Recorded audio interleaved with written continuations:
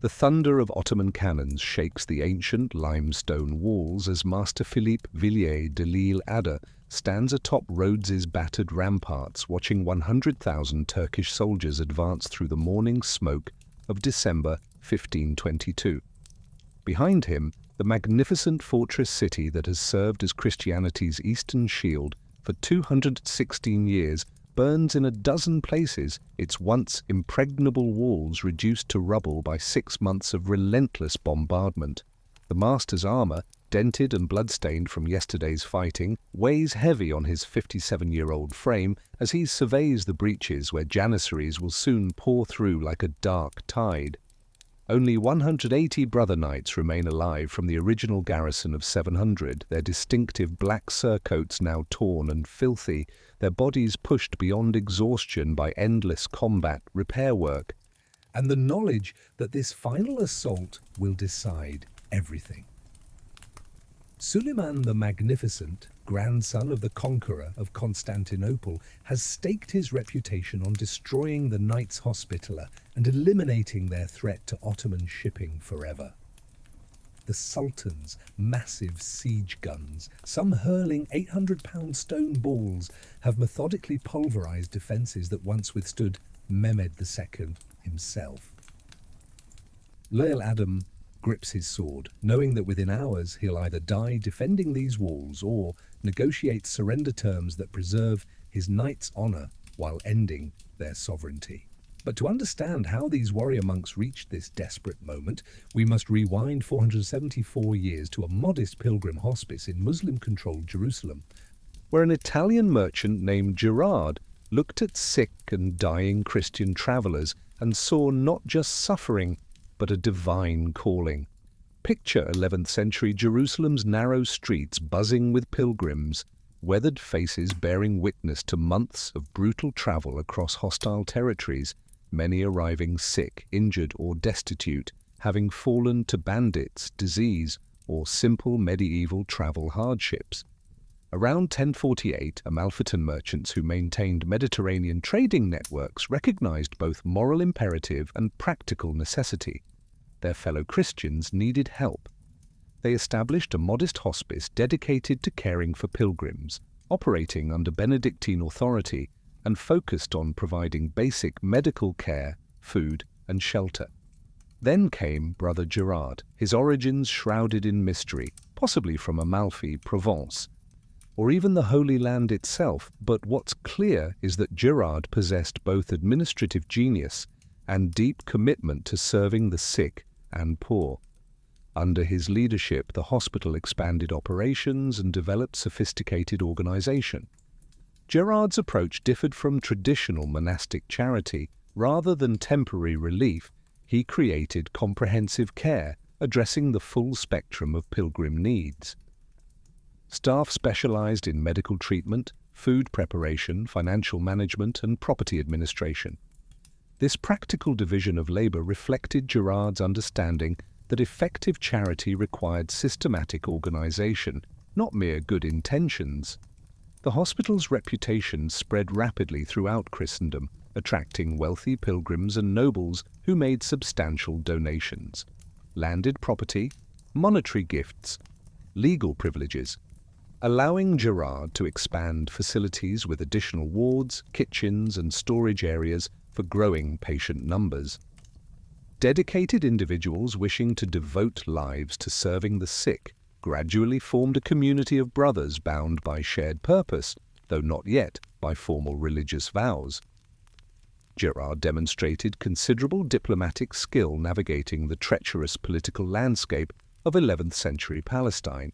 The Fatimid Caliphate's weakening control over Jerusalem created complex environments where religious institutions could negotiate favorable arrangements with multiple authorities, though security remained perpetually uncertain. He maintained cordial relations with Muslim authorities while cultivating support from Christian merchants, pilgrims, and clergy, a balancing act requiring careful attention to local sensitivities and thorough understanding of regional political currents. Then everything changed. On July 15, 1099, the First Crusades forces breached Jerusalem's walls, and the ensuing slaughter spared neither Muslim nor Jewish inhabitants. Amid this chaos, Gerard made a critical decision. He and his brothers provided aid to wounded Crusaders, demonstrating commitment to the Christian cause while maintaining their primary mission of caring for the sick and injured. This strategic choice immediately established the hospital's value to new Crusader leadership while preserving their charitable reputation. The establishment of the Kingdom of Jerusalem under Godfrey of Bouillon and his brother Baldwin created unprecedented opportunities. Crusader nobility, acutely aware of their precarious position in hostile environments, recognized organizations that could provide both charitable services and potential military support. Gerard quickly established relationships with key kingdom figures, securing papal recognition. Pope Paschal II's bull of 1113, Pi Postulatio Voluntatis, formally recognized the Hospital of St. John as an independent religious order, no longer subordinate to the Benedictine monastery. This papal recognition provided unprecedented autonomy and protection, allowing brothers to develop their own rule and organizational structure without external interference. The bull granted significant privileges, exemption from local ecclesiastical authority, and the right to elect their own master. Under this framework, Gerard formalized the vows binding brothers together. Unlike traditional monastic orders emphasizing contemplation and worldly withdrawal, Gerard's rule stressed active service to the poor and sick. Brothers took vows of poverty, chastity, and obedience, but commitments specifically oriented toward charitable work rather than purely spiritual pursuits. This practical focus reflected Gerard's conviction that true Christian virtue manifested through concrete acts of mercy rather than abstract theological contemplation. The organizational structure established patterns persisting throughout the order's long history. The master held ultimate authority, while officers managed specific functions.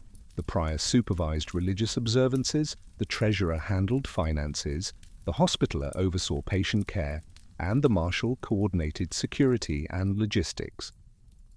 Brothers came from diverse backgrounds. Some were ordained clergy with theological training, others lay people with medical knowledge, administrative skills, or military experience. This diversity created unique institutional culture, valuing competence and dedication over traditional religious status markers. The rule governing daily lives emphasized discipline, humility, and service. Days began with communal prayer and continued with assigned duties including tending patients, preparing food, managing finances, or maintaining facilities. Brothers ate simple meals, wore plain clothing, and lived in modest quarters reflecting poverty vows. But this austerity was balanced by commitment to providing patients with food, bedding, and medical attention superior to what brothers themselves enjoyed. As Crusader states consolidated Levantine coast control, the hospital expanded beyond Jerusalem. New foundations appeared in Antioch, Tripoli, and other major cities, each adapting the original model to local conditions while maintaining communication with the Jerusalem mother house, creating a network that could coordinate efforts and share resources. The gradual militarization began as practical response to security challenges. While Gerard's original vision focused purely on charity, life in contested frontier regions made military capability increasingly necessary. Muslim forces under leaders like Maudud of Mosul launched repeated attacks threatening not only Crusader states' survival, but also pilgrims' safety and the institutions serving them. Brothers found themselves compelled to defend their hospitals, patients, and their own lives.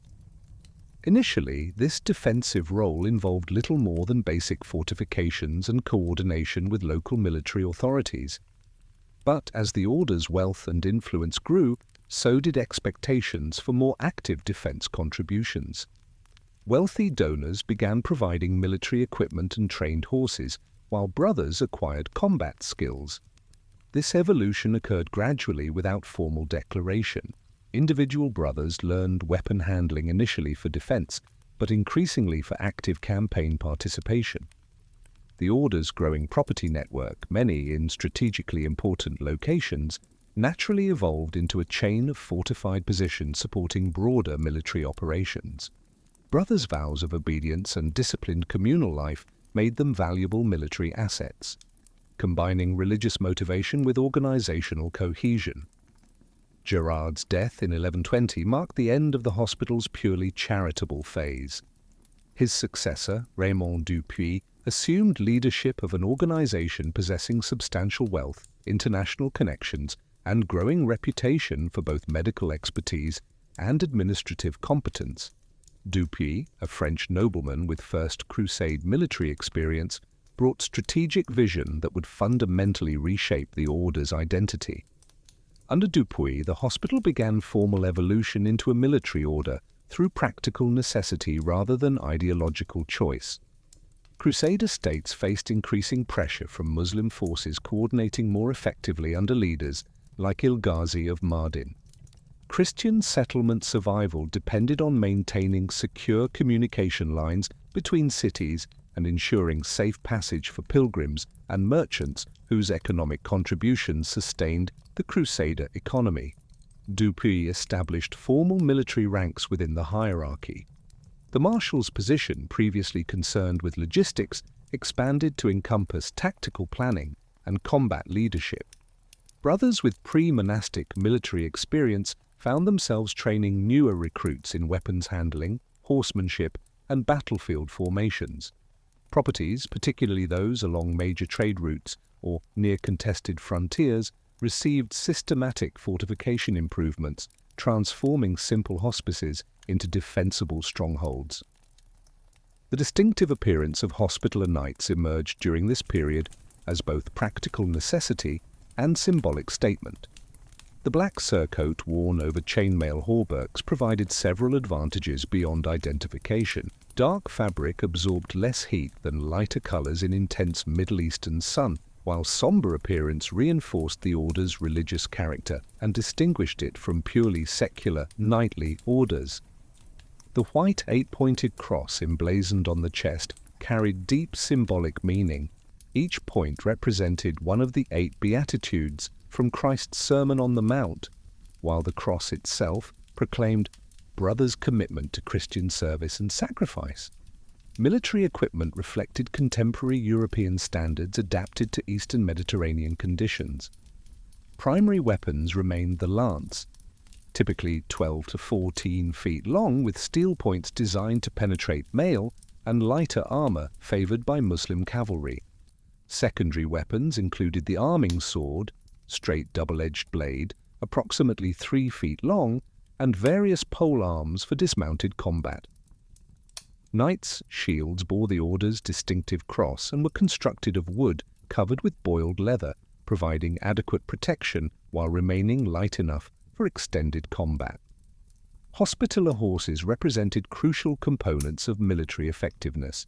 The Order maintained extensive breeding programs combining European destriers with local Arabian bloodlines, producing mounts possessing both size and strength to carry armored knights and endurance required for extended campaigns in harsh climates. These horses, valued at substantial sums, received careful training, emphasizing battlefield discipline and responsiveness during mounted combat chaos. The Order's first major fortification project began in 1142 when they received Crac de Chevalier from Raymond II of Tripoli. This massive castle perched on a strategic hilltop commanding the Homs Gap between coastal mountains and Syrian interior required extensive renovation to meet hospitaller standards. Brothers invested enormous resources in expanding defensive capabilities, constructing concentric walls, multiple towers, and sophisticated water management systems that could sustain a garrison of several hundred knights and sergeants during extended sieges. Crac represented more than military architecture. It embodied the Hospitaller's approach to territorial defense and economic management. The castle's extensive outworks protected not only the garrison, but also local Christian populations who could retreat within its walls during Muslim raids. Brothers developed surrounding countryside through agricultural improvements, irrigation projects, and settlement programs, increasing both the region's productivity and their own revenues. This integration of military, economic, and social functions became a hallmark of Hospitaller territorial administration. The construction techniques at Krak demonstrated the order's access to both European engineering knowledge and local building traditions. Massive walls constructed of carefully fitted limestone blocks incorporated advanced defensive features, including machicolations, arrow loops positioned for overlapping fields of fire, and sally ports allowing defenders to launch surprise attacks against besiegers. The Great Hall, capable of accommodating several hundred diners, featured Gothic architectural elements proclaiming Brothers' European origins while incorporating practical adaptations to local climate. Margat, acquired in 1186, represented their second major fortification and demonstrated growing expertise in castle design. Located on a mountain peak overlooking the Mediterranean coast between Tortosa and Latakia, Margat commanded crucial sea routes while protecting Christian settlements. The castle's position, nearly impregnable due to elevation and steep approaches, required different defensive strategies than Krak, but served similar functions as both military stronghold and administrative centre. Garrison life at these major castles followed strict routines balancing military readiness with religious observance. Nights began each day with communal prayer in castle chapels, followed by weapons training, equipment maintenance, and patrol duties. Brothers maintained medical traditions by operating infirmaries within castles that served both garrison and local populations.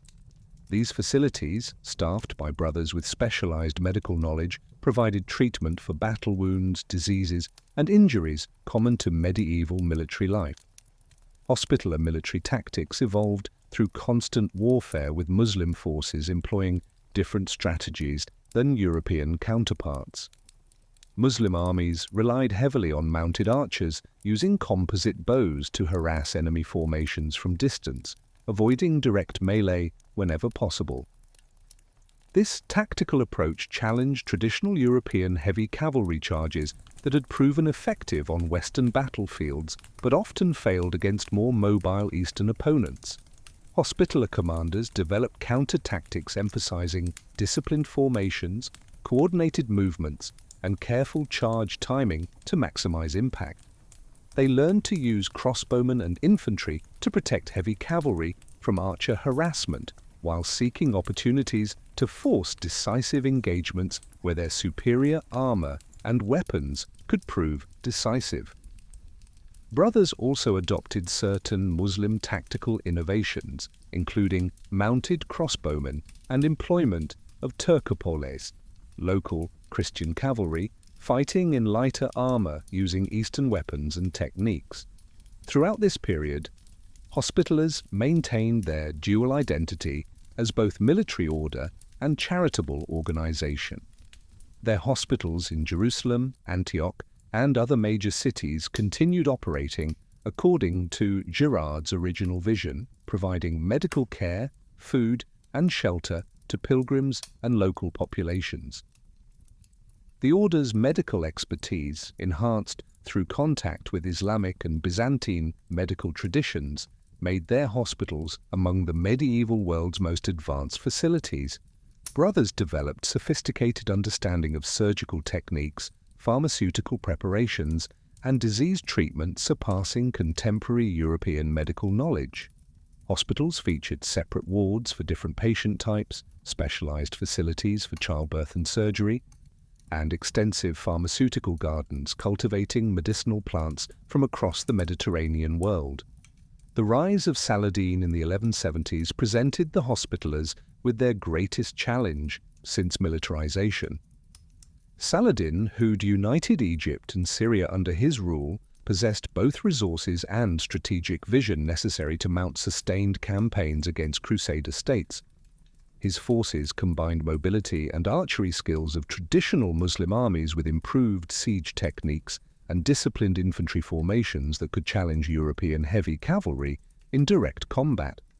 The Hospitallers found themselves defending not only their own territories, but serving as crucial components of the Kingdom of Jerusalem's military forces. Their knights participated in numerous engagements against Saladin's advancing armies, including the crucial Battle of Montgisard in 1177, where a small Crusader force achieved stunning victory against overwhelming odds. However, they also experienced serious defeats, demonstrating growing effectiveness of Muslim military organization.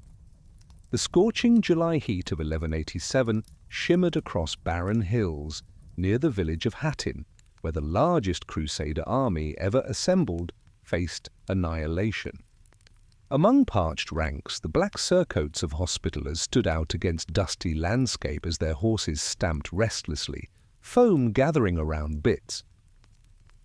Master Roger de Moulins had positioned his knights on the Christian formation's right flank, their 8-pointed crosses catching harsh sunlight as Saladin's forces tightened their encirclement like a closing fist. The tactical situation had deteriorated beyond recovery. King Guy of Jerusalem's decision to march the entire royal army across waterless terrain in pursuit of Saladin had played directly into the Muslim commander's strategic trap.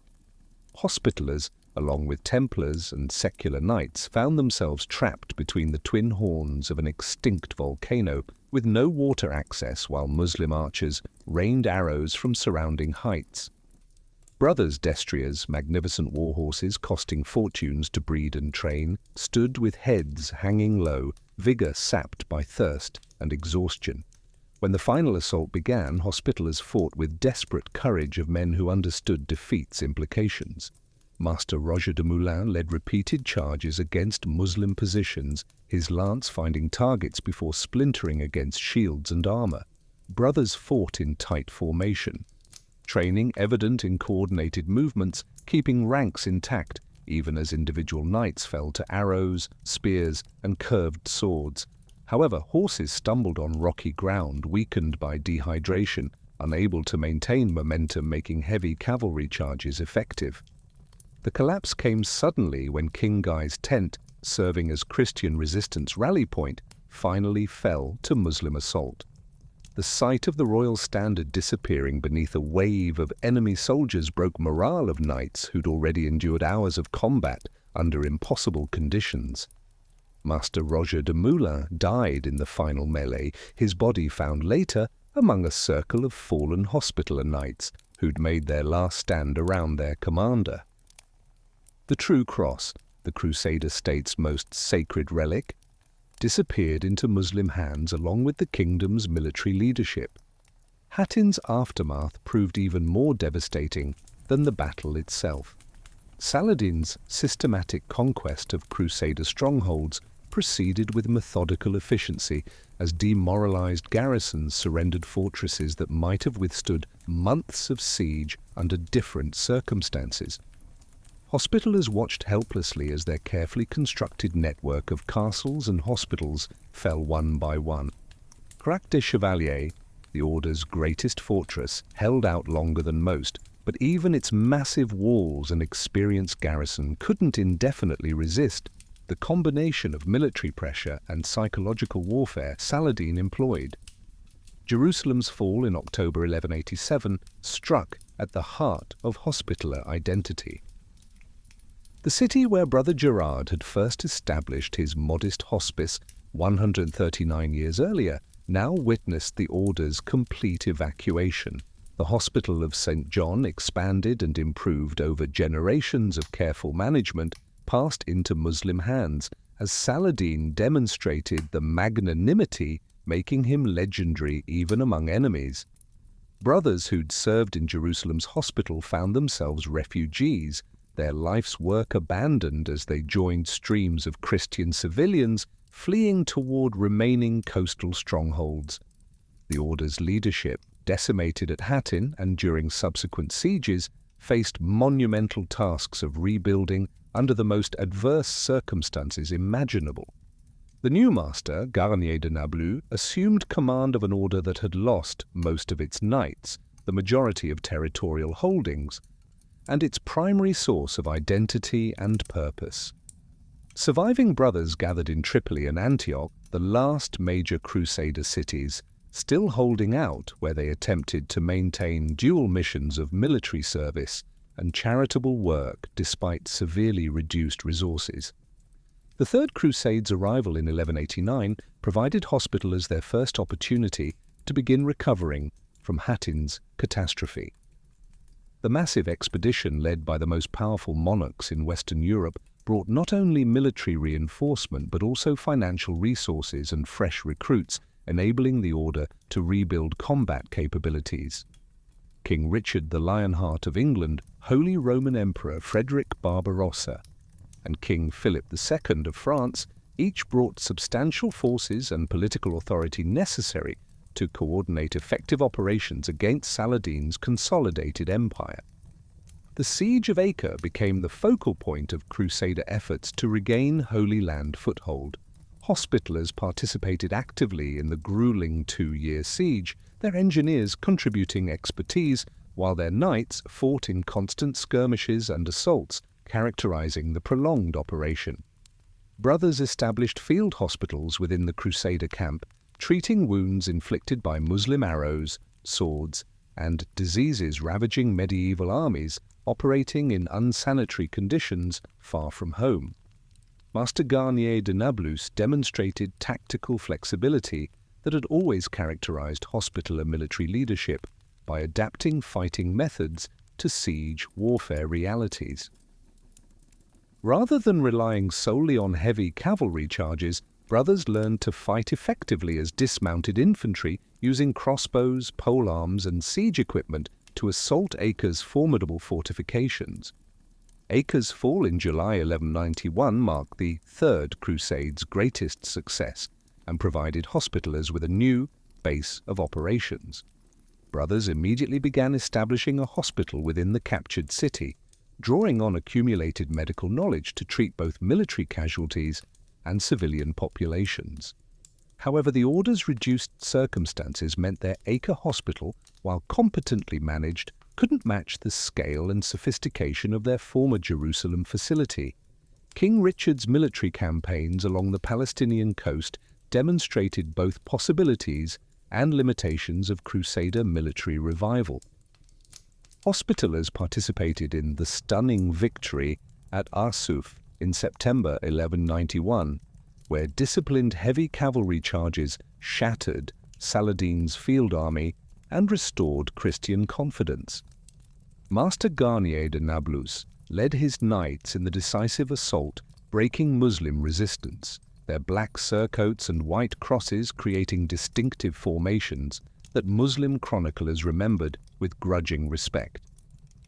However, the Third Crusade's ultimate failure to recapture Jerusalem highlighted fundamental changes in strategic balance between Christian and Muslim forces.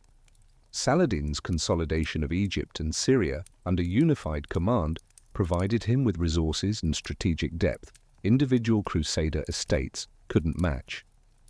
Hospitallers recognized their future lay not in grand reconquest campaigns but in patient defense of remaining Christian territories and maintenance of their charitable mission under increasingly difficult circumstances. The order's adaptation to these new realities involved significant organizational changes reflecting reduced territorial holdings and military capabilities.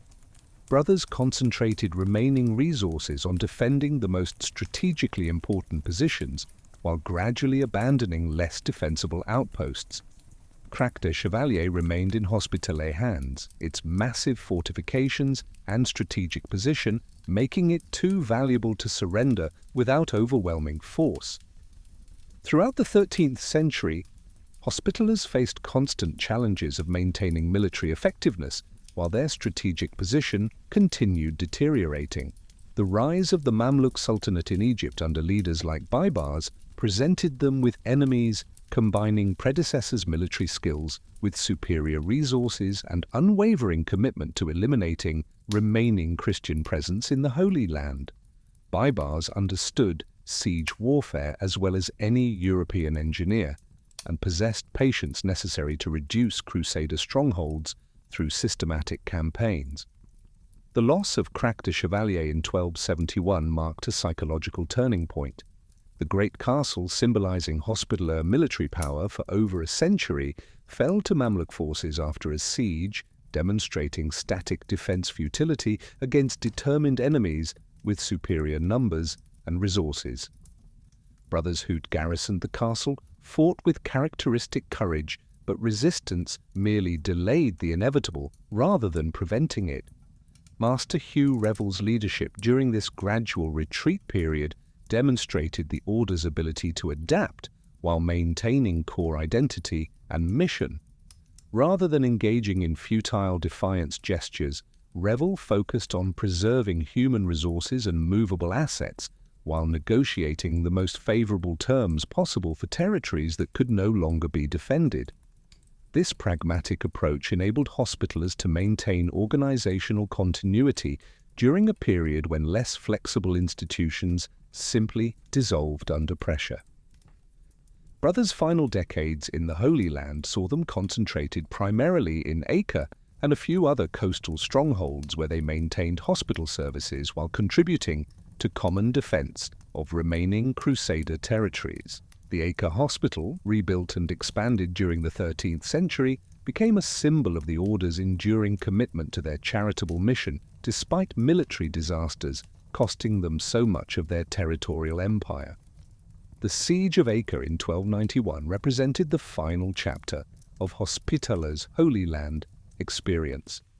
Sultan al-Ashraf Khalil's massive army, equipped with the era's most advanced siege engines, systematically reduced the city's defenses while the Christian garrison fought with desperation of men understanding they were making their last stand. Master Jean de Villiers led the Hospitaller contingent in final defense, his knights fighting from walls and towers as Muslim siege engines battered ancient fortifications into rubble. Acre's fall on May 18, 1291, marked the end of 2 centuries of Hospitaller presence in the Holy Land. Brothers who survived the final assault joined the general evacuation of Christian civilians and military personnel, abandoning the hospitals, churches, and fortifications that had defined their identity since Brother Gerard's time. Master de Villiers, wounded during the siege, sailed away from the Palestinian coast, knowing an entire chapter of the Order's history had closed forever. The evacuation ships carried not only surviving brothers but also accumulated treasures, relics, and archives representing the Order's institutional memory. These materials, carefully preserved during evacuation chaos, would provide foundations for the Hospitallers' next development phase as they sought new territories where they could continue their dual mission of military service and charitable work. The loss of the Holy Land, devastating as it was, would prove not the end of the Order's story, but rather the beginning of a new and equally remarkable chapter. The Hospitaller galleys that limped into Limassol harbour in summer 1291 carried remnants of an Order that had lost everything except its determination to survive. Master Jean de Villiers, still recovering from wounds sustained during Acre's final siege, stood on the lead vessel's deck as Cyprus's limestone cliffs came into view. The island's familiar outline offered sanctuary but also represented an uncertain future for an organization that had defined itself through 2 centuries of warfare and charitable work in the Holy Land. King Henry II of Cyprus welcomed the displaced Hospitallers with calculated generosity of a monarch, understanding both the Order's military value and potential complications their presence might create. The Lusignan dynasty had ruled Cyprus since Guy de Lusignan's acquisition from the Templars in 1192, maintaining careful relationships with various military orders, using Cyprus as staging ground for eastern operations. However, the arrival of entire Hospitaller leadership, along with surviving knights, sergeants, and support personnel, presented challenges going far beyond temporary hospitality. Master de Villiers found himself commanding an organization possessing substantial liquid assets salvaged from Acre, but lacking the territorial base necessary to generate ongoing revenue or maintain traditional military and charitable activities. The establishment of temporary quarters in Limassol revealed the order's reduced circumstances while demonstrating characteristic organizational efficiency. Brothers rented buildings throughout the city to house personnel and equipment, transforming merchant warehouses into makeshift hospitals and converting residential compounds into administrative centers. The familiar sight of black surcoated knights moving through Limassol's narrow streets provided reassurance to local Christian populations while serving notice to potential enemies that Hospitallers remained a formidable military force despite territorial losses. The order's first major challenge in Cyprus involved redefining institutional purpose without access to Holy Land pilgrimage routes that had originally justified their existence. Brother Gerard's vision of caring for Christian pilgrims traveling to Jerusalem had provided clear direction for charitable activities, while defense of Crusader territories had given military meaning to their martial evolution. Cyprus offered neither pilgrims in significant numbers nor frontiers requiring immediate defense, forcing brothers to reconsider fundamental questions about identity and mission. Master de Villiers addressed these challenges by emphasizing the order's commitment to fighting Islam wherever opportunities presented themselves, while maintaining charitable obligations to Christian populations throughout the Eastern Mediterranean. Brothers established a hospital in Limassol, serving both local population and the constant stream of refugees fleeing Mamluk advances in Syria and Palestine. This facility, while smaller than their former Jerusalem hospital, demonstrated sophisticated medical knowledge accumulated over 2 centuries of treating battle wounds, diseases, and injuries common to medieval military life. Financial management required to sustain operations in Cyprus without territorial revenues necessitated significant organizational reforms. Brothers developed more systematic approaches to managing European properties, establishing regular communication with commanderies in France, England, Spain, and other kingdoms where they maintained substantial holdings. These Western estates, previously viewed primarily as sources of recruits and supplies for Eastern operations, now became the primary foundation for the order's survival and future expansion. The island of Rhodes emerged as the most promising candidate for hospitaller expansion during their Cyprus exile. Located strategically at the intersection of major Mediterranean shipping routes, Rhodes possessed excellent harbors, fertile agricultural land, and a population that had experienced frequent rulership changes without developing strong loyalties to any particular authority. The island's fortifications, while formidable, showed signs of neglect under Byzantine administration, suggesting successful conquest might be achievable with adequate preparation and resources. The strategic analysis leading to the Rhodes decision demonstrated sophisticated military and political thinking that had enabled Hospitallers to survive 2 centuries of Holy Land warfare. Brothers understood their future lay not in attempting to recreate their former territorial empire, but in establishing a more focused and defensible base supporting their dual mission of military action against Islam and charitable service to Christian populations. Planning for the Rhodes conquest involved detailed intelligence gathering, diplomatic preparation, and logistical coordination, drawing on the order's accumulated expertise. Brothers with knowledge of Rhodes's defenses, political situation, and economic resources provided information enabling Master Guillaume de Villaret, who'd succeeded Jean de Villiers in 1296, to develop realistic operational plans. The order's international network provided access to ships, supplies, and military personnel essential for successful amphibious operations. In spring 1306, Master Guillaume de Villaret dispatched a small advance force to Rhodes under his nephew Fulques de Villaret's command, with instructions carefully concealing the order's true intentions. The younger Villaret presented himself to Byzantine authorities as a merchant seeking trading relationships while his companions conducted systematic reconnaissance of the island's defences, economic resources, and political situation. Folke de Villaret's reconnaissance revealed both opportunities and challenges that would shape the coming campaign. Rhodes City, the island's primary settlement and administrative centre, occupied a naturally defensible position on the northern coast where ancient harbours provided excellent anchorage for both commercial and military vessels.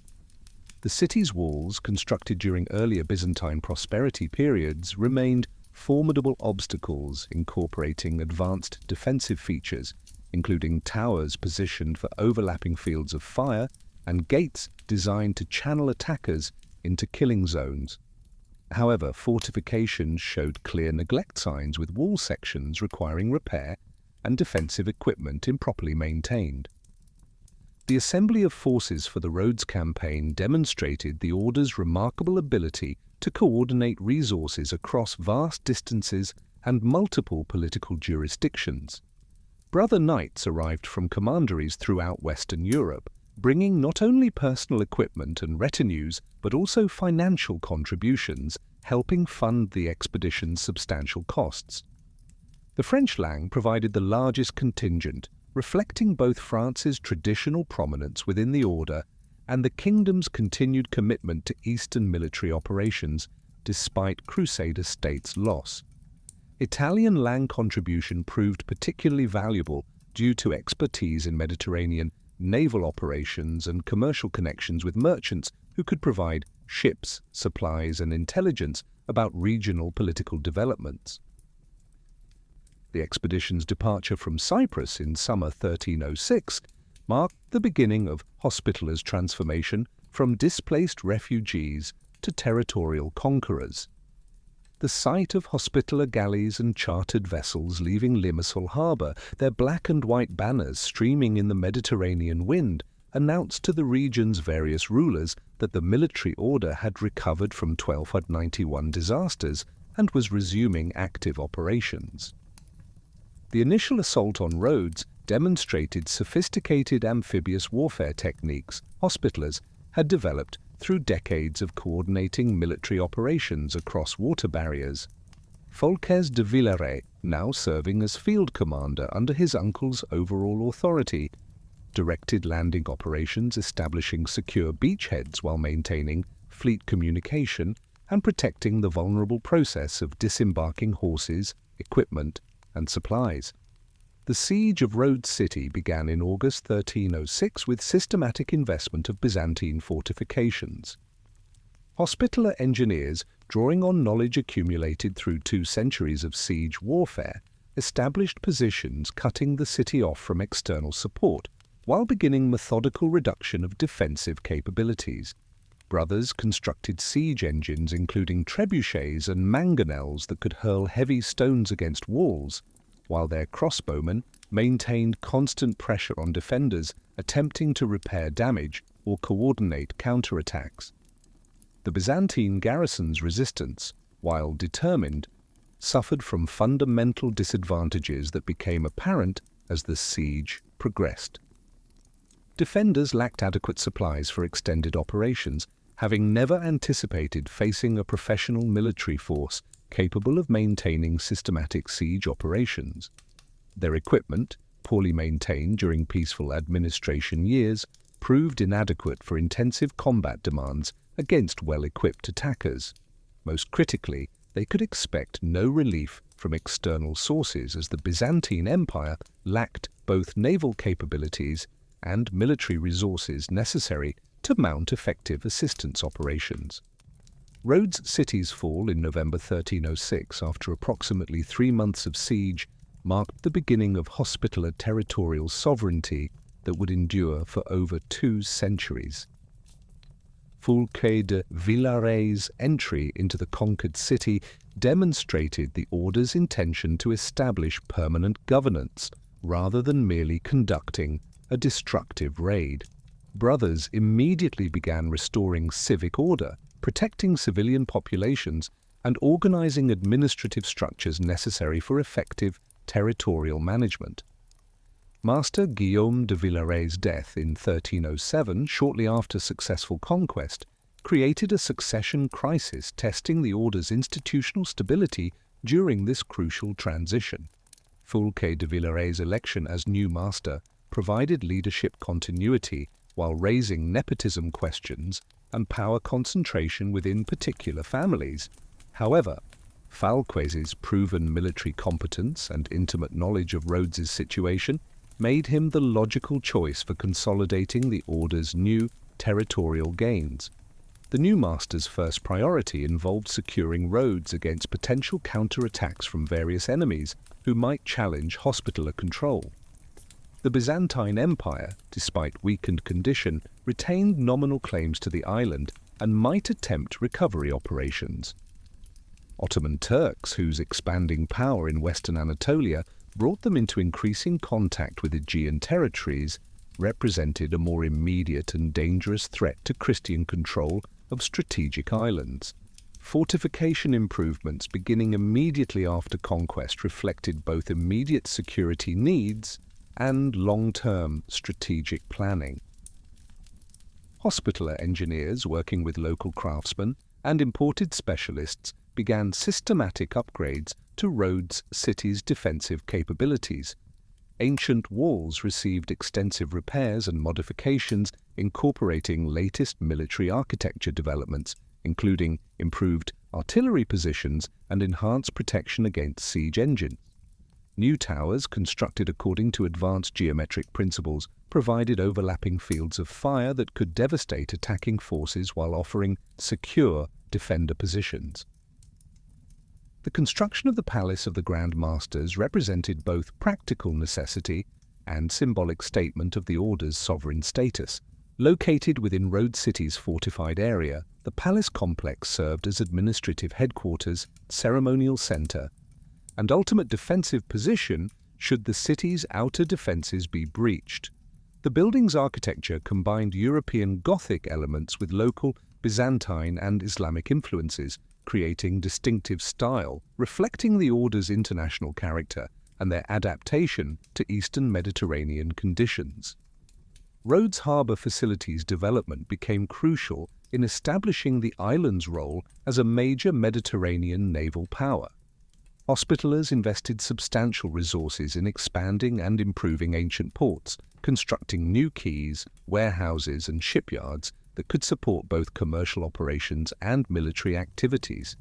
The order's galleys operating from these improved facilities could patrol shipping routes, conduct raids against Muslim territories, and maintain communication with Hospitaller properties throughout Europe and the Mediterranean. The naval capabilities emerging from Rhodes represented a fundamental shift in the order's military strategy and operational focus. While brothers maintained traditional emphasis on heavy cavalry and land-based fortifications, they also developed sophisticated naval expertise, enabling them to project power across considerable distances. Hospitaller galleys, crewed by experienced mariners and equipped with latest naval weaponry improvements, became feared throughout the Eastern Mediterranean for effectiveness in both military operations and commercial warfare against Muslim shipping. The first major test of Hospitaller naval capabilities came in 1317 when Ottoman forces attempted to establish permanent bases on islands near Rhodes. Turkish commander Umur Bey had assembled a substantial fleet threatening not only Hospitaller territories but also broader Christian presence in the Aegean. Master Hélion de Villeneuve responded by deploying the order's entire available naval force in a coordinated campaign demonstrating their mastery of combined naval and amphibious warfare tactics. The engagement near Chios revealed tactical innovations Hospitaller commanders had developed through careful study of both Christian and Muslim naval traditions. Rather than relying solely on ramming attacks characterizing earlier Mediterranean naval warfare, brothers employed coordinated missile fire from multiple vessels to weaken enemy formations before closing for decisive melee combat. Their galleys operated in tight formations, maximizing crossbow fire effectiveness, while providing mutual support against enemy boarding attempts.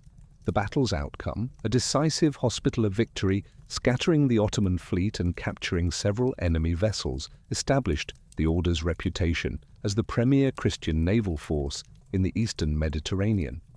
But the greatest test was yet to come.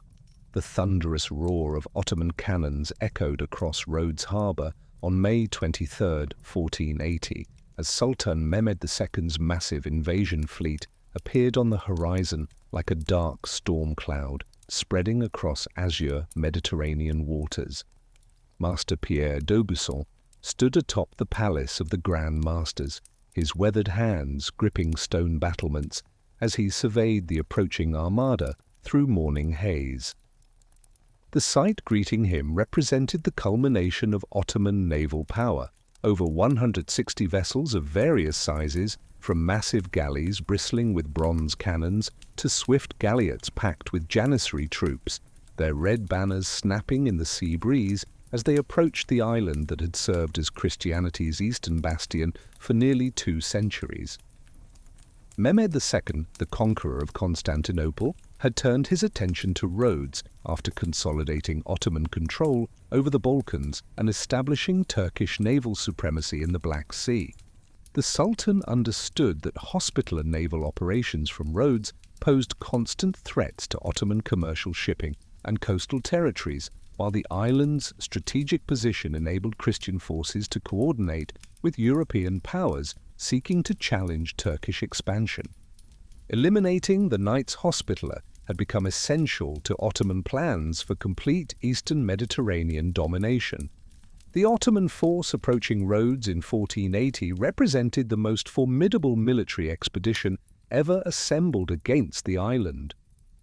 Mesih Pasha, the expedition's commander, had spent months preparing detailed plans incorporating lessons learned from previous Turkish siege operations and intelligence gathered about Hospitaller defensive capabilities.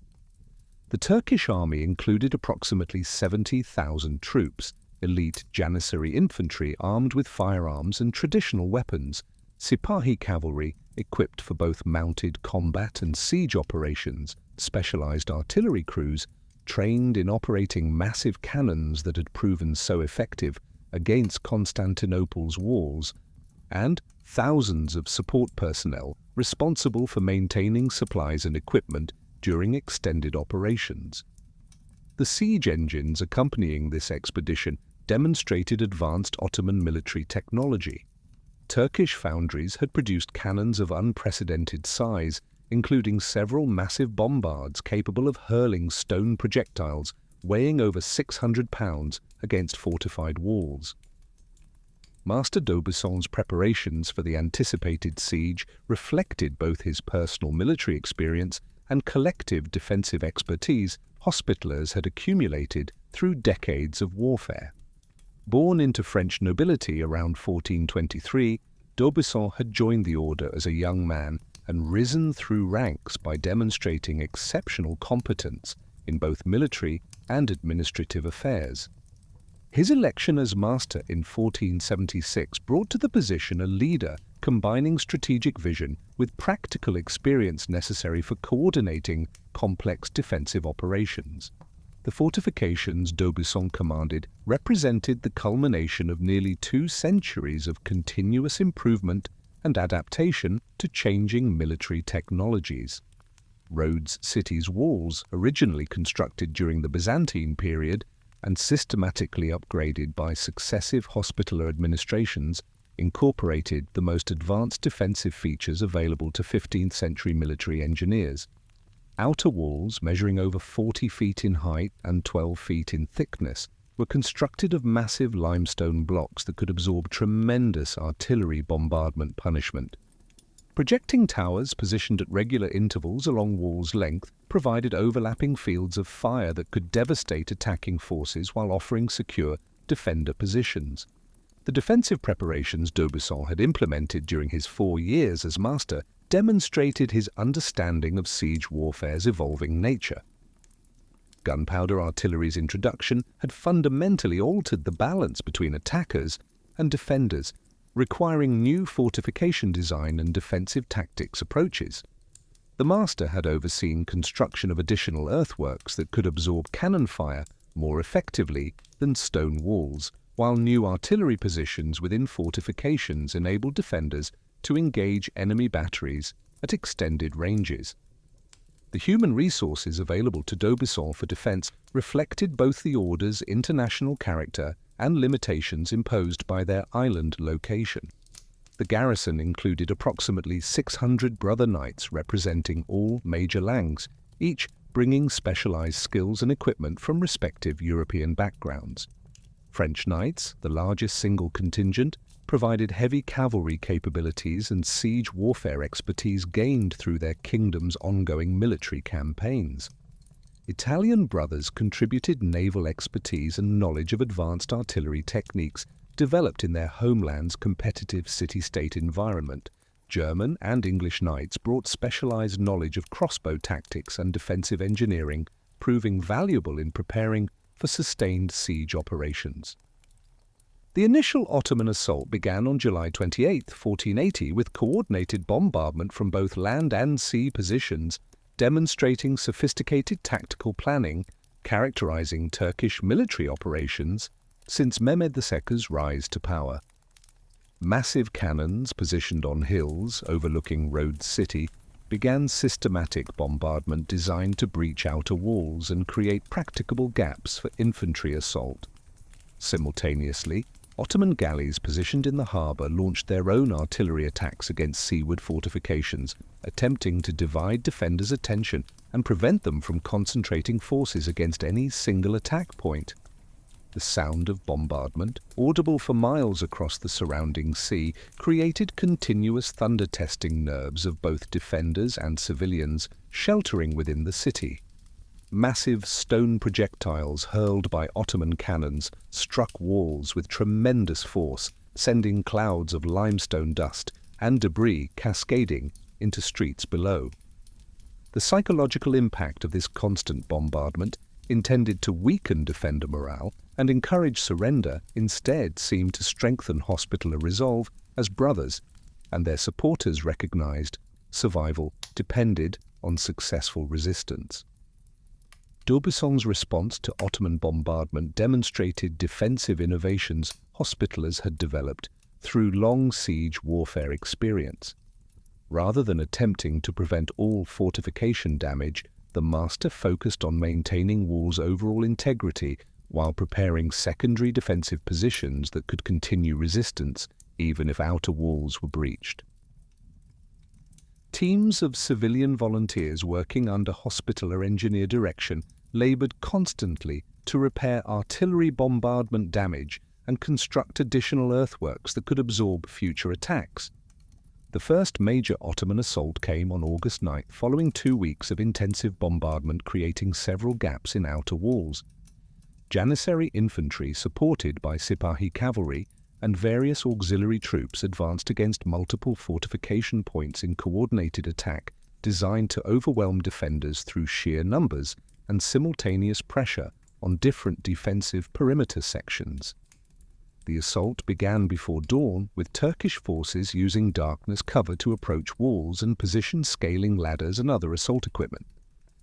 The Hospitaller defense of this first major assault revealed both tactical expertise and defensive preparations effectiveness.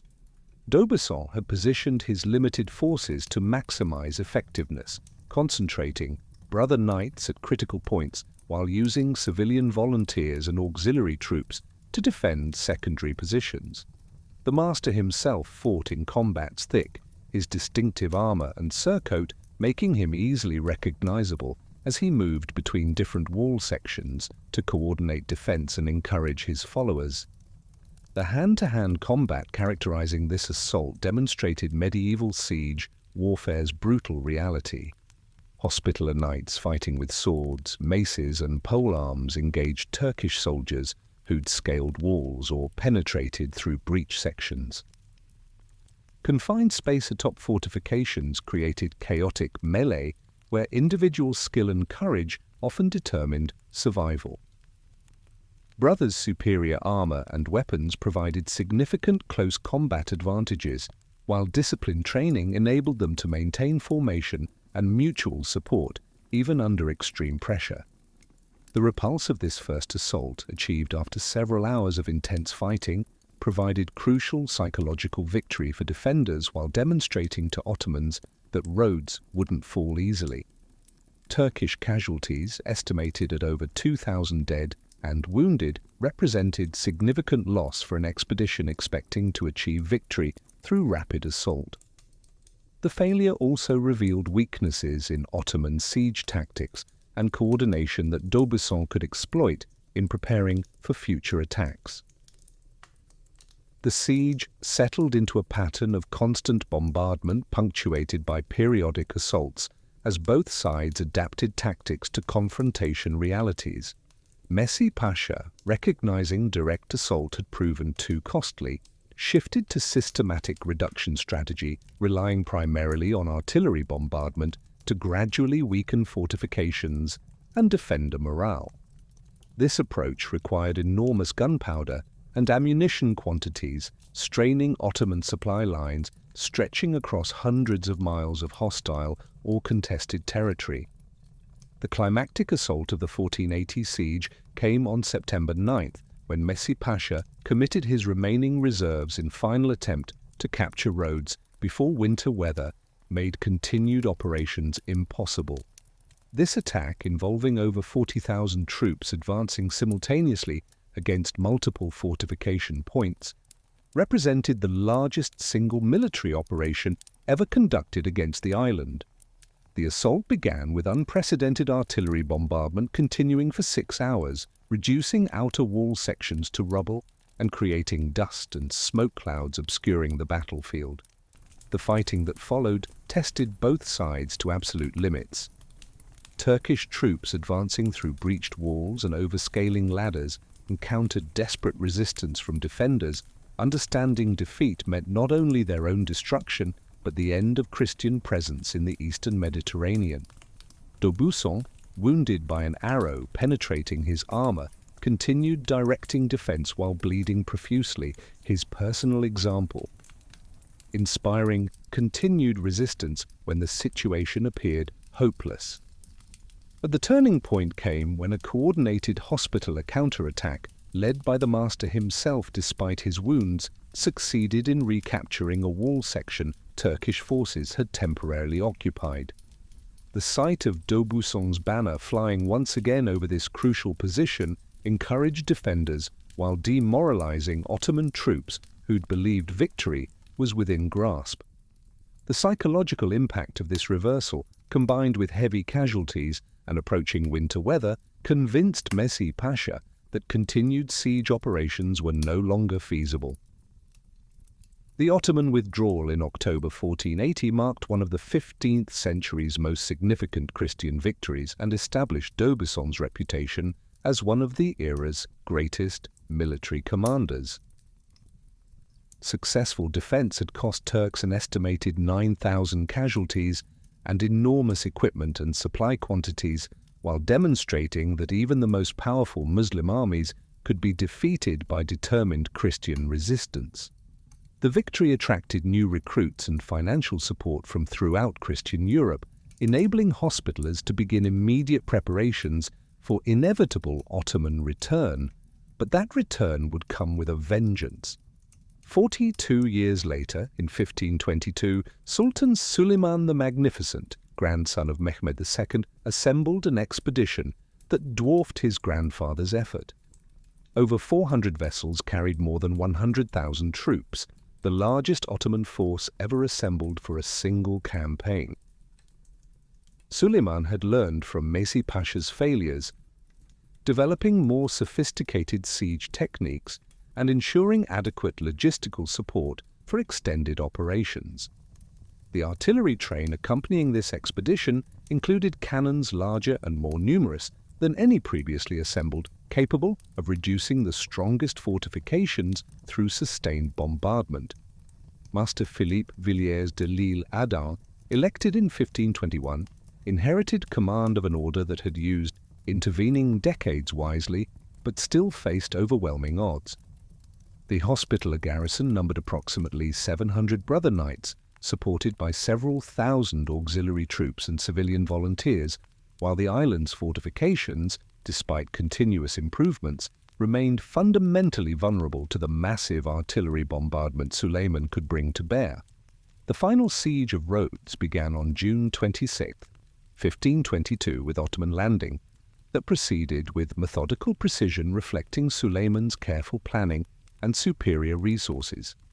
Turkish forces established secure beachheads while their fleet blockaded the island's harbours, preventing any possibility of external assistance or evacuation. The siege operations that followed demonstrated Ottoman military capabilities' evolution since 1480, incorporating improved artillery techniques, more sophisticated engineering approaches, and better coordination between different military branches. The systematic bombardment, beginning on July 28, 1522, surpassed anything previously witnessed in Mediterranean warfare. Suleiman's artillery batteries, positioned on carefully prepared earthworks surrounding Rhodes city, included cannons capable of hurling projectiles weighing over 800 pounds with devastating accuracy. The Sultan had brought master gunners from across the Ottoman Empire, including Hungarian specialists captured during recent Balkan campaigns who possessed intimate knowledge of European fortification design. These experts directed bombardment targeting specific structural weaknesses in Hospitaller defences, concentrating fire on wall junctions, gate approaches, and tower foundations where maximum damage could be achieved. Master Lyle Adam coordinated defence from a command post within the Palace of the Grand Masters, maintaining communication with different fortification sections through an elaborate messenger and signal flag system. The Master's daily routine began before dawn with wall inspections, overnight damage assessment, and coordination of repair efforts continuing despite constant artillery fire. Lyle Adam's leadership style differed markedly from his predecessor d'Aubuisson's heroic personal example. Instead, he focused on systematic organization and careful resource management that could sustain resistance over the extended period this siege would clearly require. The technological disparity between opposing forces became apparent within the first bombardment weeks. Ottoman cannons, cast in advanced foundries using techniques perfected through decades of siege warfare, could maintain sustained fire rates, gradually pulverizing even the strongest masonry. Turkish artillery positions, protected by elaborate earthworks and positioned beyond effective Hospitaller counter-battery fire range, operated with virtual impunity while systematically reducing the city's defensive capabilities. Each day brought visible progress as wall sections crumbled under relentless pounding, creating gaps that would eventually become practicable breaches for infantry assault. The Hospitaller response to this overwhelming artillery superiority demonstrated both tactical adaptability and limitations imposed by their isolated position. Brother knights and civilian volunteers worked continuously to repair damage, using rubble from destroyed buildings to fill wall gaps and constructing secondary defensive positions behind areas most vulnerable to bombardment. Defenders developed innovative techniques for absorbing cannon fire, including wooden frameworks filled with earth and stones that could be quickly positioned to block breaches or reinforce weakened wall sections. The human cost of maintaining these defensive efforts became apparent as the siege progressed through summer months. Hospitaller casualties mounted steadily from artillery fire, sniper attacks, and constant physical demands of repair work conducted under enemy observation. The Order's medical facilities, established in secure city interior areas, treated wounds inflicted by stone fragments, burns from Greek fire, and various construction work injuries performed under combat conditions. Brothers' accumulated medical expertise developed through centuries of treating battle casualties proved invaluable in maintaining the garrison's fighting effectiveness despite continuous losses. The first major Ottoman assault came on September 4th, following intensive bombardment creating several significant outer wall breaches. Janissary infantry, supported by auxiliary troops and engineers, carrying scaling equipment advanced against multiple points simultaneously in attack designed to overwhelm defenders through coordinated pressure. The assault began in pre-dawn darkness with Turkish forces using night cover to approach walls and position equipment for maximum effectiveness. The repulse of this first major assault cost both sides heavily, but demonstrated Rhodes wouldn't fall through rapid attack. Ottoman casualties, while sustainable given their overwhelming numerical superiority, included experienced Janissary troops whose loss weakened the army's overall effectiveness. Hospitaller losses, though proportionally smaller, represented irreplaceable specialists whose death or incapacitation reduced the garrison's ability to maintain effective resistance over extended periods. The siege settled into grinding war of attrition as autumn weather made major assault operations increasingly difficult, while Ottoman artillery continued systematic destruction of the city's defences.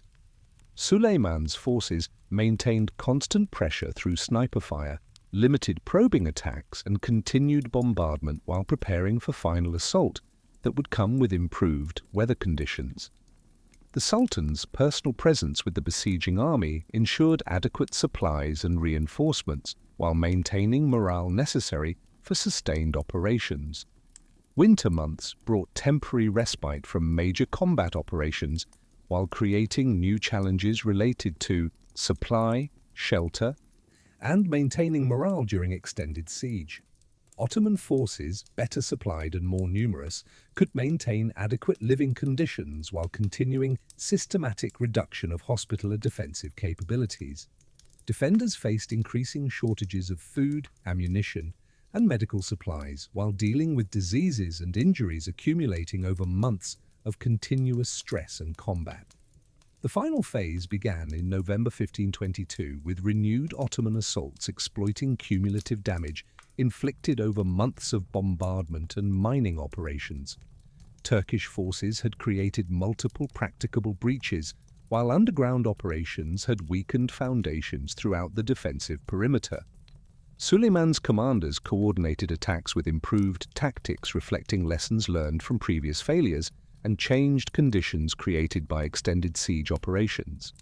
The December 1522 assaults represented the siege's most intensive fighting, as Ottoman forces committed reserves in coordinated attacks designed to achieve final victory before winter weather made continued operations impossible. Janissary troops, supported by artillery fire and protected by extensive earthworks, advanced through breached walls while maintaining disciplined formations despite fierce hospitaller resistance. The fighting that ensued tested both sides to absolute limits, as 6 months of siege operations' outcome was decided through hand-to-hand combat in Rhodes's ancient fortifications' ruins. Lyle Adams' recognition that continued resistance was no longer militarily feasible led to negotiations demonstrating both his diplomatic skill and Suleiman's desire to conclude the siege with minimal additional casualties. The master's military situation assessment, confirmed by his senior commanders, indicated the garrison could no longer maintain effective defense of breached fortifications, while civilian casualties were mounting to unacceptable levels. The decision to seek terms reflected not cowardice but realistic evaluation of circumstances, making continued resistance futile rather than heroic. The surrender negotiations, concluding in late December 1522, produced terms reflecting both Suleiman's magnanimity and his recognition of hospitaller military competence. Sultan granted surviving knights safe passage to any Christian territory of their choosing, along with their personal possessions, archives, and sacred relics. Civilian populations received guarantees of religious freedom and protection from reprisals, while those wishing to leave Rhodes could do so without persecution. These terms, remarkably generous by contemporary standards, reflected Ottoman confidence and Suleiman's desire to demonstrate his rule's civilized character. The final evacuation of Rhodes on January 1, 1523, marked the end of the Hospitallers' 13-year sovereignty over the island, serving as their primary base since Holy Land loss. Master Lyle Adam and approximately 180 surviving brother knights boarded ships provided by Ottomans, carrying with them accumulated treasures, relics, and institutional memory of their remarkable island state. The sight of Hospitaller galleys departing Rhodes harbour, their distinctive banners flying despite military defeat, symbolized both an era's end and the Order's determination to continue their mission in new territories. For 7 years the Hospitallers wandered. Master Lyle Adam led his displaced knights from port to port, Crete, Messina, Civitavecchia, seeking a new home, while European powers debated what to do with these masterless warrior monks.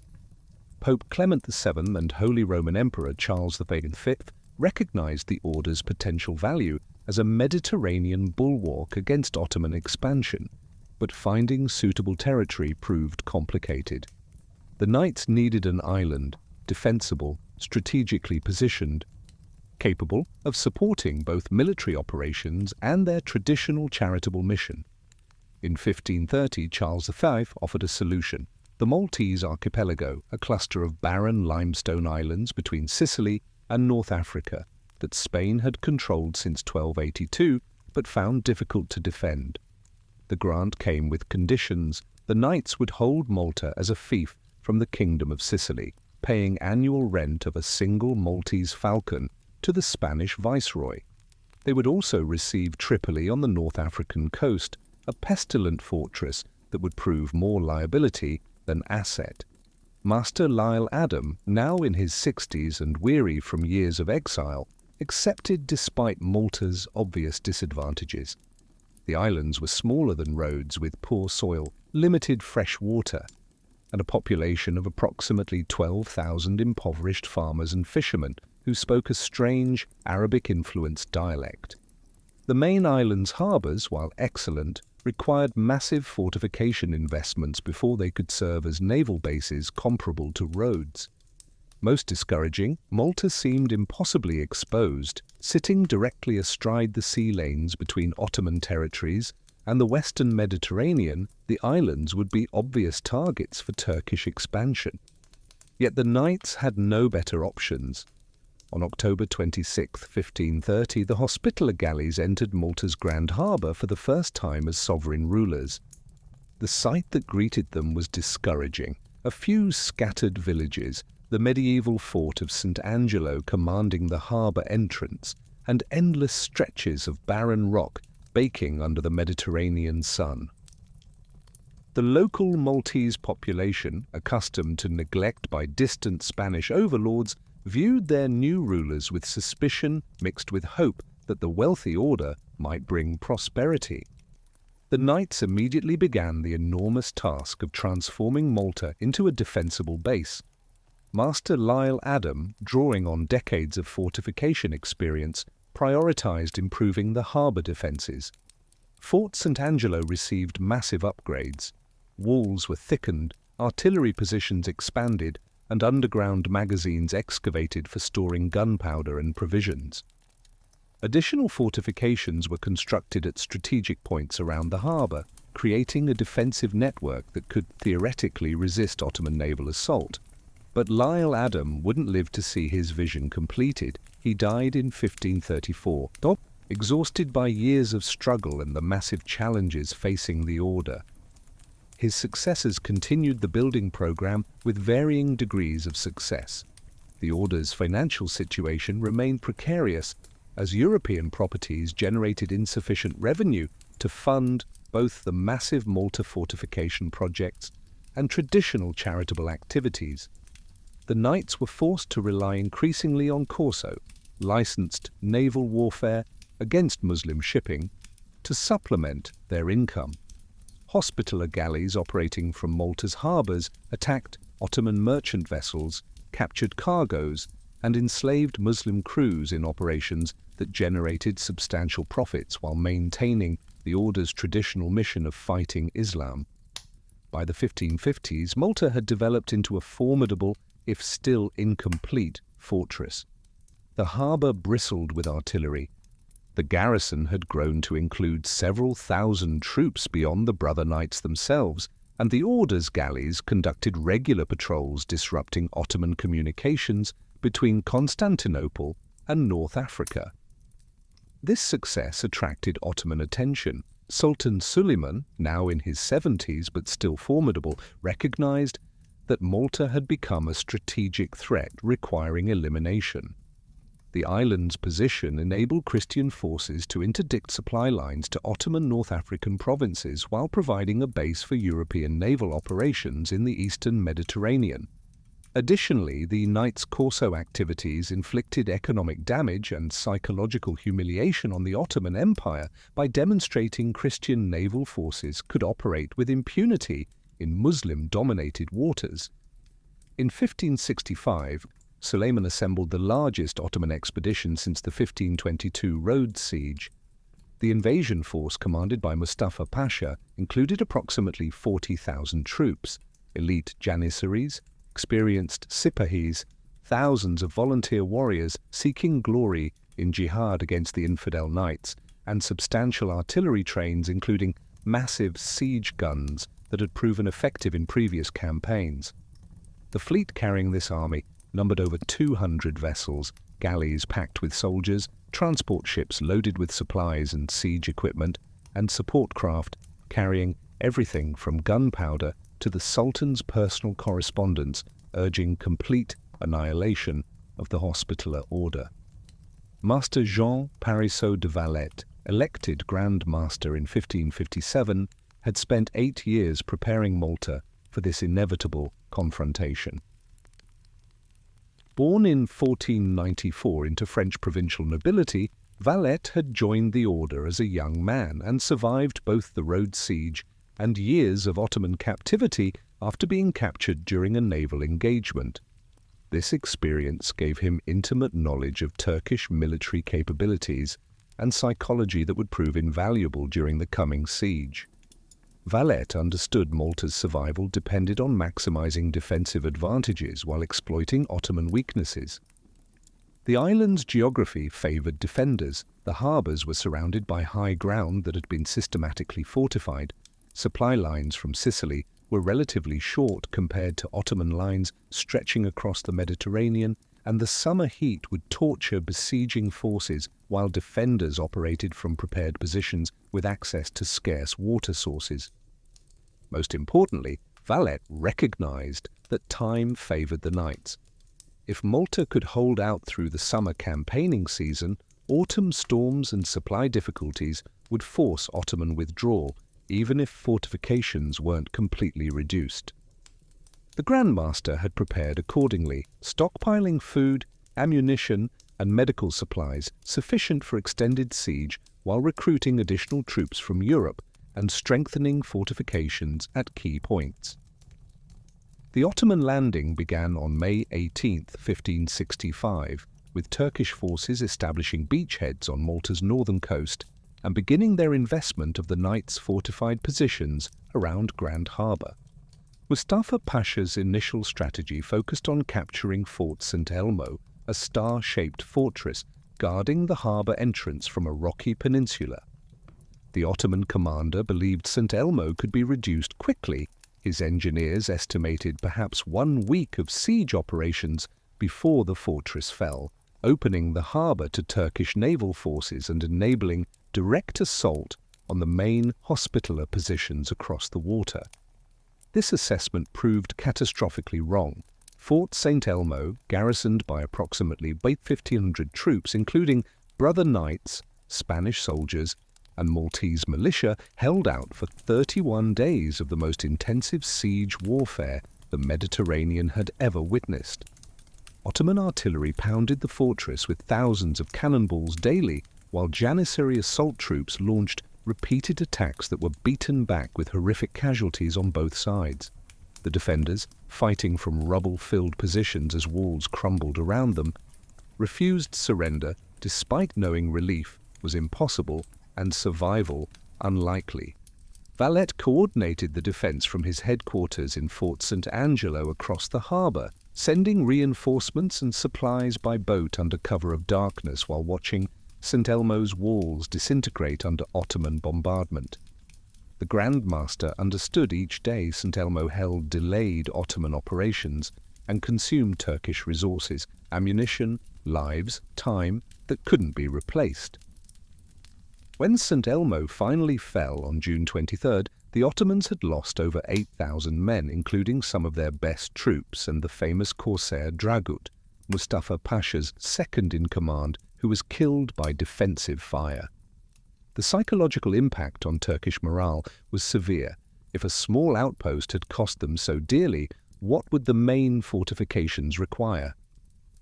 The Ottoman siege now focused on Birgu and Senglea, the fortified towns around Grand Harbour, where Valet had concentrated his remaining forces. Turkish engineers constructed massive siege works, advanced trenches across open ground under covering fire from artillery batteries, and prepared for systematic reduction of Christian defences. Mustafa Pasha employed mining operations, digging tunnels beneath fortification walls to plant explosive charges that could create sudden breaches. Hospitaller countermining efforts led to desperate underground combat in claustrophobic darkness as soldiers from both sides fought hand-to-hand in cramped tunnels lit by flickering torches.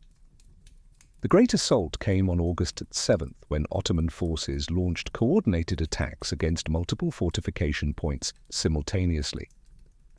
Tens of thousands of Turkish soldiers advanced against Christian positions in waves, scaling ladders planted against walls, surging through breaches created by artillery, fighting their way into the fortified towns' streets. The combat was savage beyond description. Brother knights in full armor fighting until physically overwhelmed, Spanish tercios maintaining disciplined pike formations amid collapsing buildings, Maltese civilians fighting with improvised weapons to defend their homes. Valet, now 71 years old, fought personally in the breach at Birgu's walls, his distinctive white surcoat with the 8-pointed cross, marking him as target for every Ottoman soldier who recognized that killing the Grand Master might break Christian resistance. The turning point came when Ottoman forces penetrated deep into Senglea and seemed on the verge of overwhelming its defences. Valet ordered a desperate counterattack from Birgu across a narrow bridge connecting the two fortified towns. Brother knights and Spanish soldiers charged into Senglea's burning streets, fighting house to house to drive Turkish soldiers back toward the walls. Simultaneously, Christian cavalry that Valet had kept hidden launched a surprise attack on Ottoman camps from the landward side, creating panic in Turkish rear areas. The combination of fierce defensive resistance and this unexpected cavalry threat convinced Mustafa Pasha's subordinates that continuing the assault would result in catastrophic losses. The siege dragged on through August as both sides approached exhaustion. Ottoman forces continued bombardment and limited assaults while suffering from dysentery, desertion, and declining morale as autumn approached. Valet's garrison, reduced to perhaps 600 effective fighters from an original force of 9,000, held their positions through sheer willpower. The defenders knew that relief was coming. A Spanish expedition was being assembled in Sicily, but they had to survive until it arrived. On September 7th, the Spanish relief force finally landed on Malta's northern coast. The expedition, commanded by Garcia de Toledo, numbered only about 8,000 men, but its arrival broke Ottoman resolve. Mustafa Pasha, facing fresh troops while his own army was depleted and demoralized, ordered evacuation. The Turkish fleet departed on September 8th, leaving behind thousands of dead and the knowledge that the invincible Ottoman military machine had been defeated by a few hundred determined knights and their allies. The Great Siege's successful defense transformed Malta from a struggling outpost into Christianity's hero city. Valet became legendary throughout Europe, receiving honors, financial contributions, and recruits that enabled the order to rebuild and expand their island fortress. The Grand Master oversaw construction of a new, fortified city on Mount Sceberras, the peninsula where Fort St. Elmo had stood, designed according to the latest Italian military architecture principles. This city, named Valletta in the Grand Master's honor, would become one of Europe's most magnificent fortress capitals and the Hospitaler's headquarters for over 2 centuries. The decades following 1565 represented the Order's golden age in Malta. Successive Grand Masters constructed magnificent auberges, national residences, for each lang, expanded the hospital facilities to create one of Europe's most advanced medical centres, and developed Valletta into a cultural centre attracting artists, architects and scholars from throughout the Mediterranean. The Order's galleys, operating from Malta's superb harbours, made the Knights the dominant Christian naval force in the Mediterranean, conducting corso operations that generated substantial revenues while fulfilling their traditional mission of fighting Islam.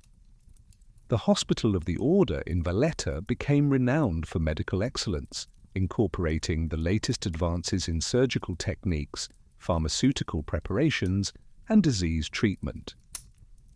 The facility featured separate wards for different patient types, sophisticated ventilation systems designed by the era's best engineers, and medical staff trained in universities throughout Europe.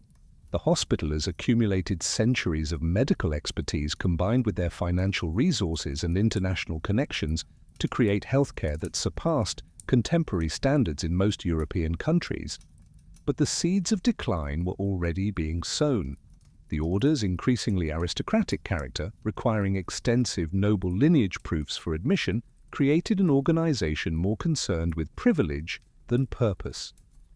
Young knights arriving in Malta often possessed little interest in rigorous military training or charitable service, preferring the comfortable lifestyle the Order's accumulated wealth could provide.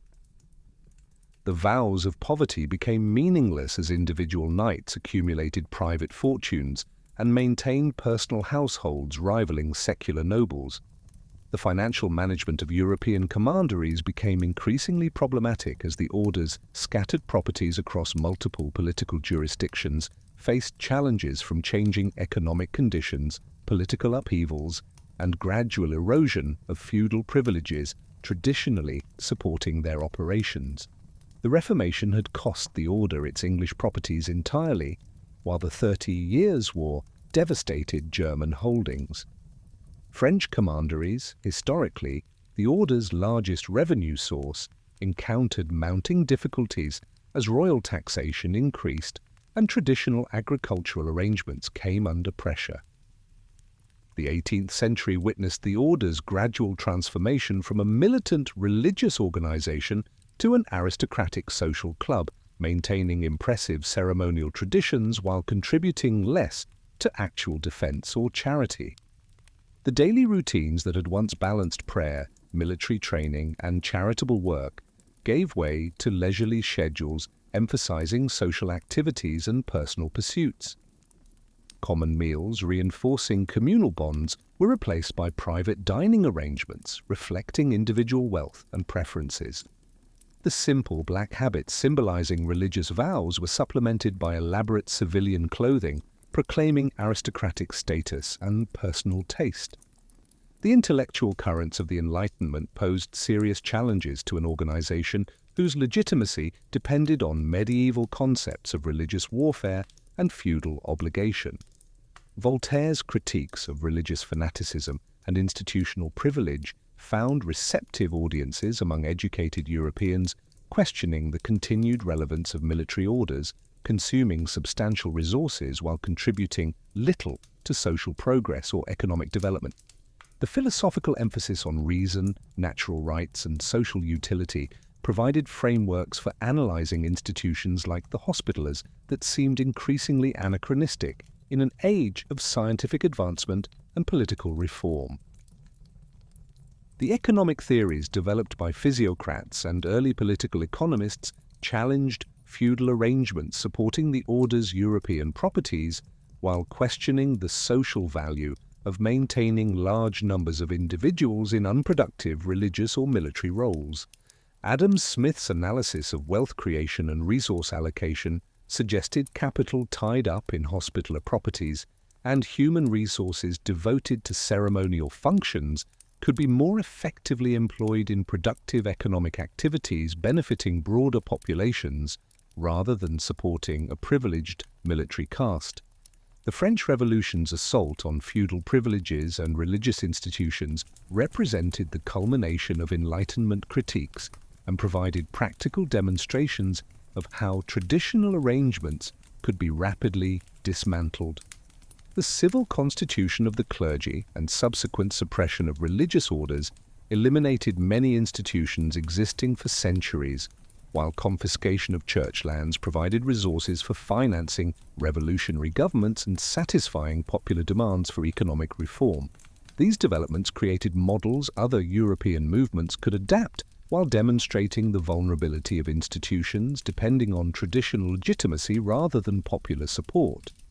Grand Master Emmanuel de Rohan-Polduc, elected in 1775, attempted to address mounting challenges through internal reforms and diplomatic initiatives designed to secure the order's position within the changing European political system.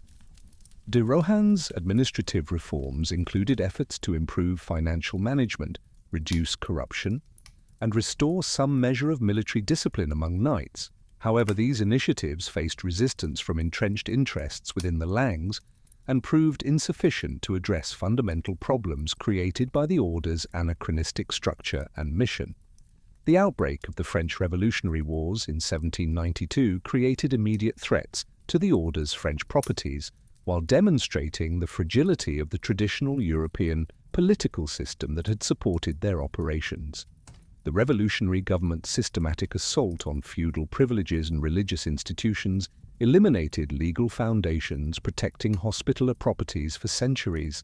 Confiscation of French commanderies deprived the order of revenues, historically providing approximately 40% of total income, creating financial crises forcing reductions in military expenditures and charitable activities.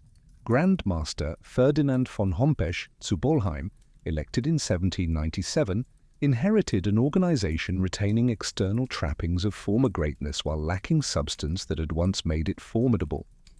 Von Hompesch, a German knight with limited Mediterranean affairs experience, proved inadequate to enormous challenges facing the order during one of European history's most turbulent periods. His attempts to navigate between conflicting pressures from various European powers while maintaining neutrality and independence demonstrated both the situation's complexity and his personal limitations as leader. Napoleon Bonaparte's emergence as the dominant figure in French politics and military affairs created new threats the weakened order was poorly equipped to address. Napoleon's strategic vision included transforming the Mediterranean into a French sphere of influence with French control over key islands and coastal positions, supporting naval operations and commercial activities.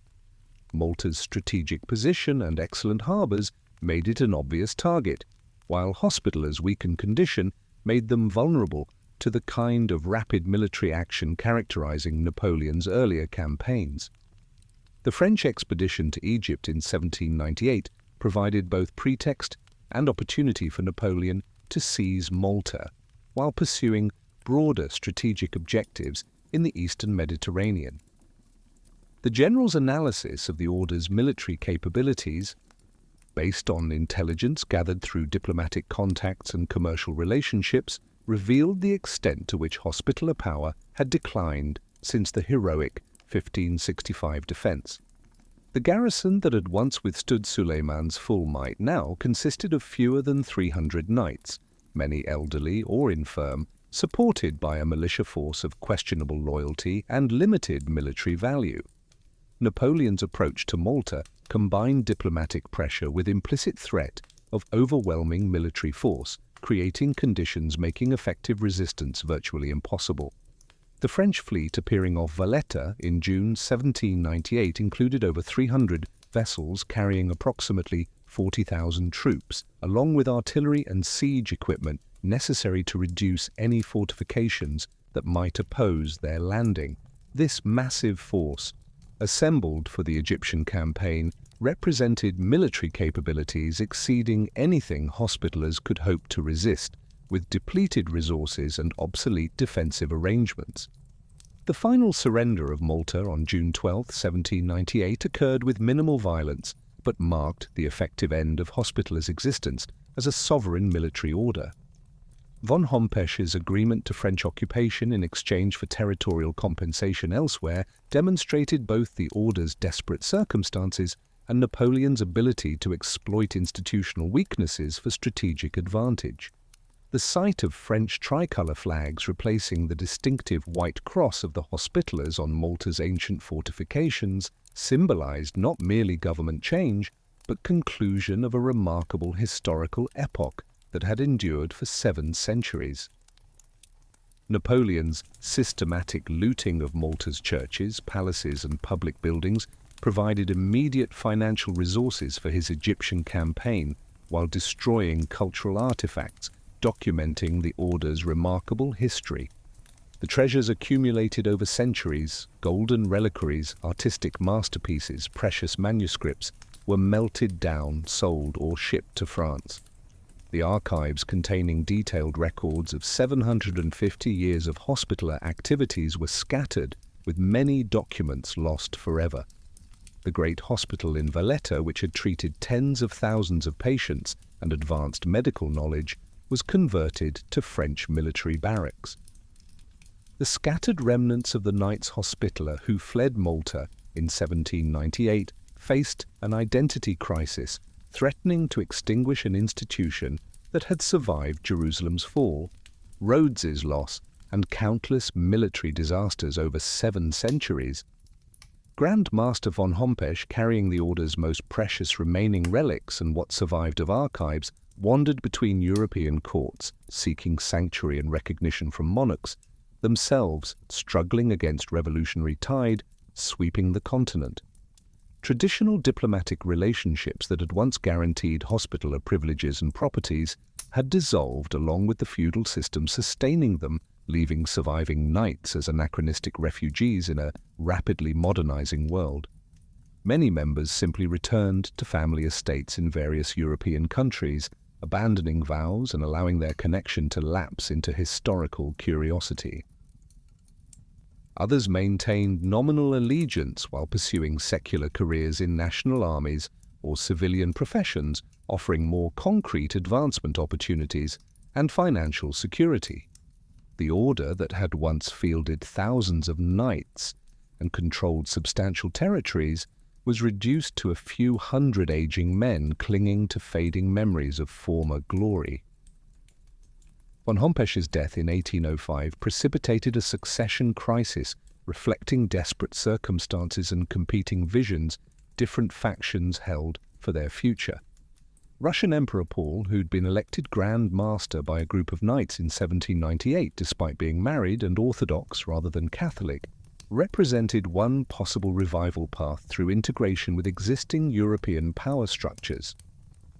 Paul's vision emphasized the order's potential role as an instrument of Russian foreign policy in the Mediterranean, while his substantial financial resources could have provided foundations for renewed military activities against Napoleon's expanding empire. However, canonical irregularities surrounding Paul's election and his death in 1801 prevented this Russian solution from achieving lasting success. Pope Pius VII's refusal to recognize Russian Grand Mastership reflected both theological concerns about Orthodox leadership of a Catholic institution and political calculations about the papacy's relationship with various European powers. Papal insistence on canonical regularity and Catholic orthodoxy, while maintaining institutional integrity, also eliminated the most promising immediate material support source for the order's revival. The election of Giovanni Battista Tomasi as Grand Master in 1803 marked the beginning of a more traditional approach to institutional reconstruction based on papal protection and gradual restoration of European properties. Tomasi, an Italian knight with extensive diplomatic experience, understood the order's survival depended on adapting to post-revolutionary Europe's new political realities, while maintaining sufficient continuity with historical mission to justify continued existence. His strategy emphasized charitable and medical aspects of hospitaller tradition, while de-emphasizing military functions that had become increasingly irrelevant in the age of national armies and modern warfare. The Congress of Vienna in 1815 provided the first significant opportunity for the order to secure international recognition of continued existence and legitimate claims to confiscated properties. Traditional monarchies' restoration throughout Europe created a political environment more favorable to institutions like the Hospitallers, while general desire to restore stability and legitimacy encouraged support for historical continuity over revolutionary innovation. However, practical results proved disappointing as major powers were reluctant to disturb existing property arrangements or create complications in relationships with governments that had benefited from ecclesiastical holdings confiscation. The limited territorial compensation the order received through Vienna settlement included the Duchy of Pontecorvo in the Papal States, providing modest territorial base and revenue source but unable to support the kind of sovereign military activities characterizing historical operations. The duchy's small size and landlocked position made it unsuitable for naval operations, while limited resources could support only minimal administrative structure and ceremonial court. Nevertheless, this territorial foothold provided legal continuity and enabled the order to maintain diplomatic relationships with European governments that might prove valuable for future expansion. The gradual evolution of the order's mission during the 19th century reflected both practical necessities and changing European attitudes toward charity and medical care. The Industrial Revolution had created new forms of poverty and social dislocation traditional charitable institutions were poorly equipped to address, while advances in medical knowledge offered opportunities for more effective disease and injury treatment. Hospitallers' historical expertise in medical care positioned them to contribute meaningfully to these emerging social needs, even without military capabilities, once defining their primary mission. The establishment of the Order's headquarters in Rome in 1834 following Pontecorvo's loss marked a decisive shift toward purely charitable activities under direct papal protection. Pope Gregory XVI's recognition of the Order as the sovereign military order of Malta provided canonical legitimacy and protection from secular interference, while acknowledging transformation from territorial military organization to international charitable institution. This papal protection proved crucial during 19th century political upheavals when nationalist movements and liberal governments throughout Europe continued challenging traditional privileges and ecclesiastical institutions. The development of modern medical facilities under hospitaller auspices demonstrated ability to adapt medieval charitable traditions to contemporary scientific knowledge and social needs. Hospitals the Order established in Rome and other Italian cities incorporated latest advances in surgical techniques, pharmaceutical preparations, and disease treatment while maintaining traditional emphasis on providing care regardless of patients' ability to pay.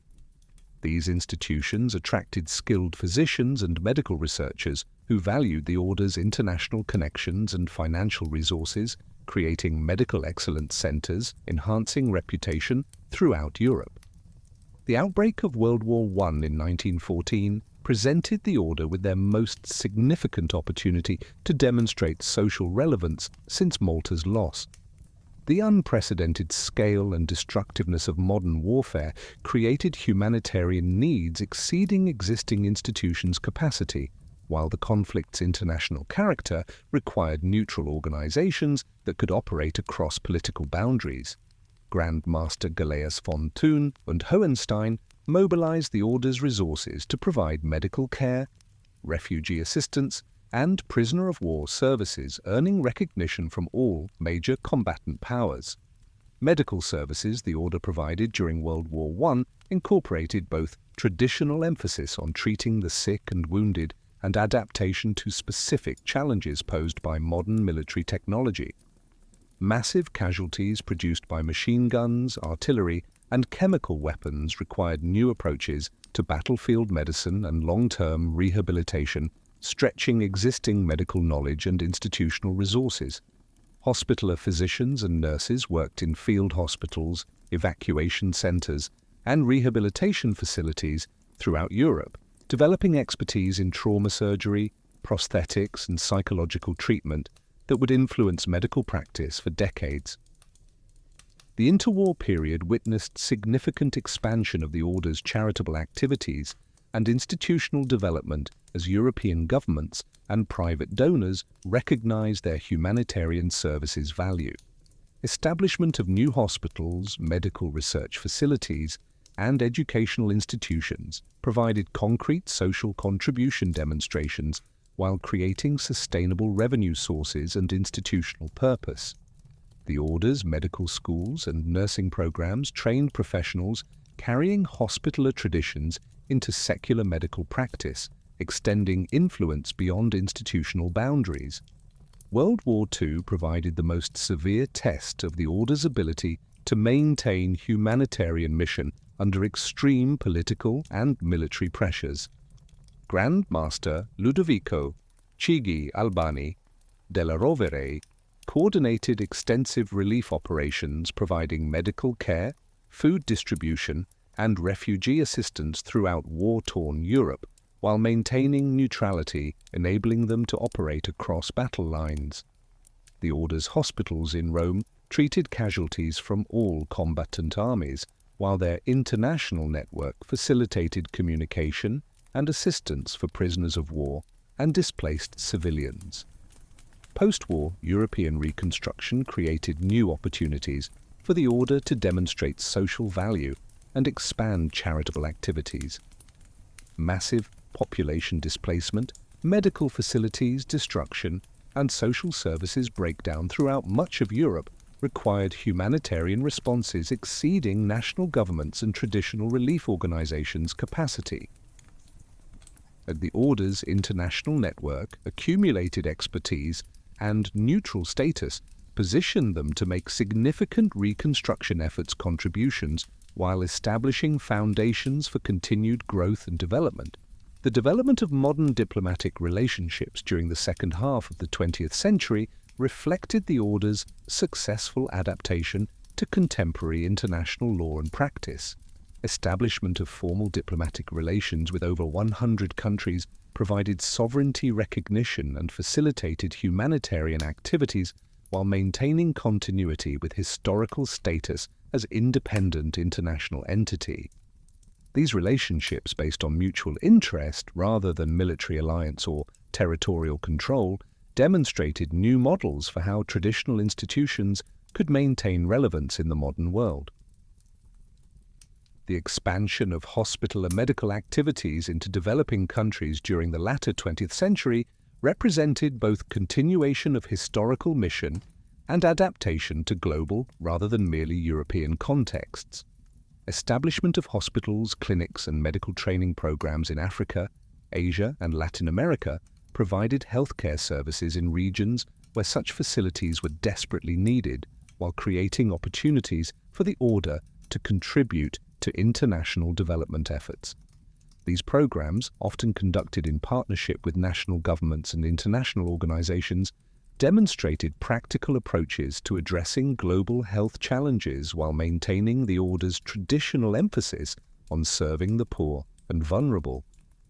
The Order's response to natural disasters and humanitarian crises during late 20th and early 21st centuries demonstrated continued ability to mobilize resources quickly and effectively for emergency relief operations. Involvement in disaster response efforts, ranging from earthquakes and floods to refugee crises and epidemic diseases, provided concrete social value demonstrations while maintaining connection to historical role as providers of medical care and assistance to those in need.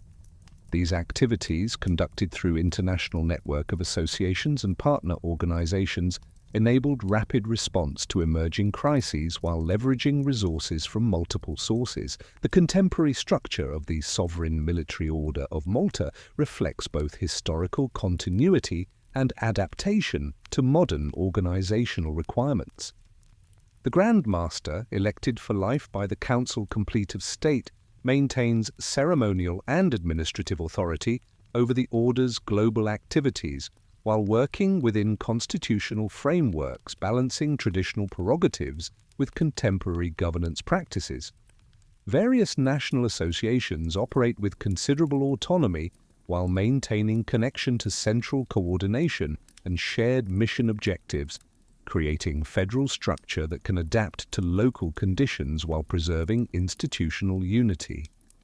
The Order's current membership of approximately 13,500 knights, dames and chaplains represents diverse international community united by shared commitment to charitable service rather than military obligations or noble ancestry.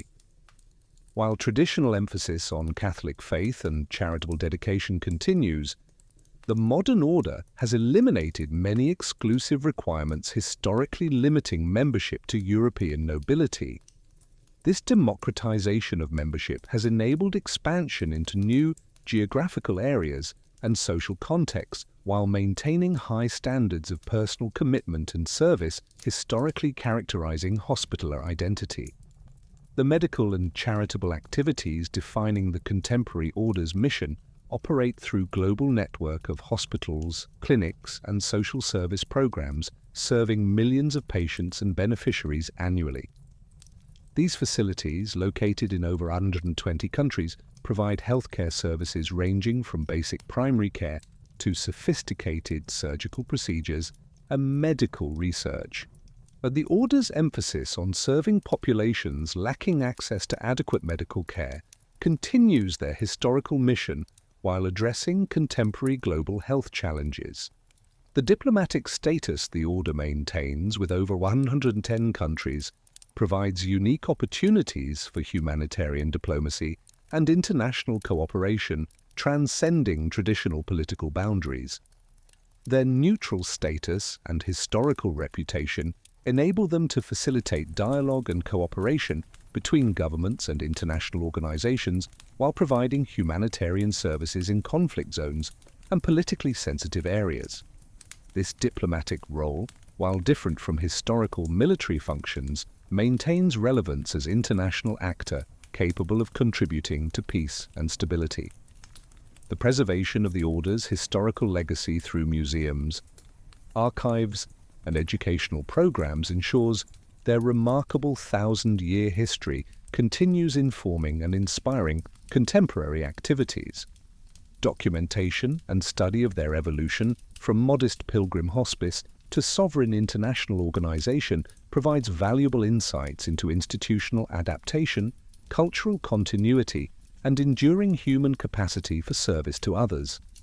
Their story demonstrates how institutions rooted in medieval religious traditions can maintain relevance and social value while adapting to radically changed circumstances. Looking back across nearly a millennium, from Brother Gerard's humble hospice in 11th century Jerusalem to hospitals serving millions in 21st century global communities, the Knights Hospitaller have demonstrated extraordinary institutional resilience. They've transformed from pilgrim caregivers to crusading warriors, from sovereign rulers of island fortresses to humanitarian workers in war zones and disaster areas.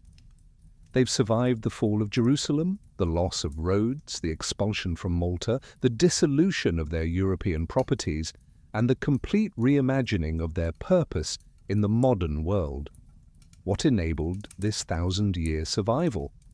The answer lies in the Order's fundamental adaptability combined with unwavering commitment to core principles. When military prowess became their defining characteristic in the 12th century, they didn't abandon Gerard's original mission of caring for the sick.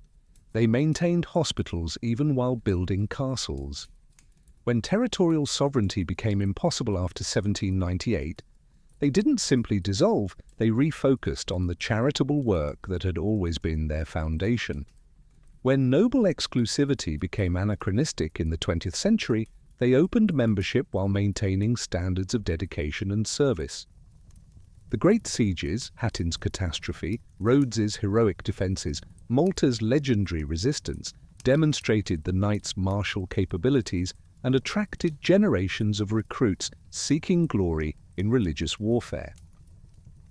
But these military achievements, spectacular as they were, proved less enduring than the quieter work of the brothers who staffed hospitals, treated wounds, fed pilgrims, and served the poor. It was this charitable mission that survived when military functions became irrelevant. This dedication to serving those in need that enabled institutional continuity when territorial sovereignty disappeared. The transformation from medieval warrior monks to modern humanitarian organization required profound adaptations. The black surcoat and white eight-pointed cross that once symbolized crusading zeal now represent medical excellence and charitable service. The fortresses that protected Christian outposts now exist as UNESCO World Heritage Sites and tourist attractions. The galleys that once raided Ottoman shipping are preserved in museums. Yet the essential commitment remains, serving those who suffer, providing care to those in need, maintaining institutions dedicated to human welfare, regardless of changing political and social circumstances. Today's hospitaller, working in a refugee camp in Syria or operating a clinic in rural Africa, embodies the same spirit that animated Brother Gerard treating sick pilgrims in 11th century Jerusalem. The medical knowledge is vastly more sophisticated, the organizational structure incomparably more complex, the geopolitical context utterly transformed, but the fundamental human impulse to serve those in need remains constant.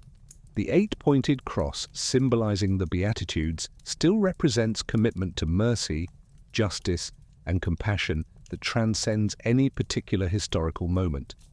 The Order's ability to maintain this continuity while adapting to changed circumstances offers lessons for any institution seeking long-term survival and relevance.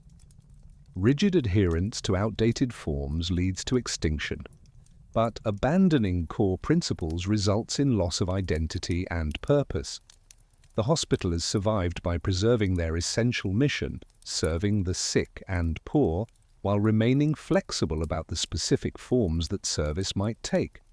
When military activities became their defining characteristic, they excelled at warfare while maintaining hospitals.